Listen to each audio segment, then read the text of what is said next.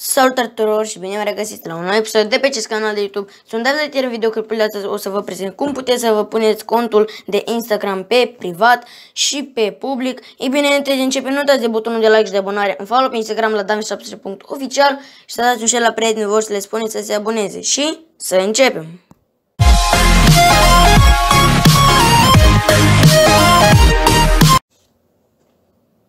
Ei bine, pentru început intrați în Magazine Play sau App Store și scrieți aici Instagram pentru a descărca această aplicație. După ce ați instalat-o, apăsați pe deschideți și vă logați cu contul dumneavoastră sau faceți un cont de Instagram. După ce v-ați creat un cont de Instagram, mergeți în aplicația respectivă și mergeți la cont. Aici avem contul nostru, eu am contul meu david17.oficial, dăm în dreapta așa ca să ne se deschidă pagina aceasta și mergem la setări, apoi mergem la confidențialitate și vedem aici la conexiuni, avem confidențialitatea contului și o vedem că la mine este pe privat, o putem pune pe public.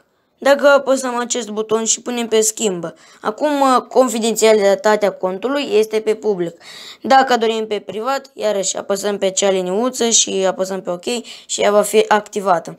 Bine, și ce înseamnă să ai contul pe privat? Adică dacă cineva vrea să-ți dea follow, tu poți să vezi cine este acea persoană, să vezi dacă o știi, dacă dorești să dai voie să te urmărească, deoarece dacă ai contul pe privat, el când intră pe contul tău de Instagram nu va putea vedea postările, nu va putea cine te urmărește sau pe cine urmărești. Așa că ar fi bine să vă puneți contul pe privat pentru a analiza cât mai bine contul și a fi în siguranță. Pentru ca nimeni, niciun hacker, așa să spunem, să nu vă spargă contul și astfel vă puneți contul de Instagram pe privat. Dacă v-a plăcut sau dacă v-am ajutat, nu uitați să apăsați pe butonul de like și de subscribe să facem la acest videoclip peste 60 de like-uri.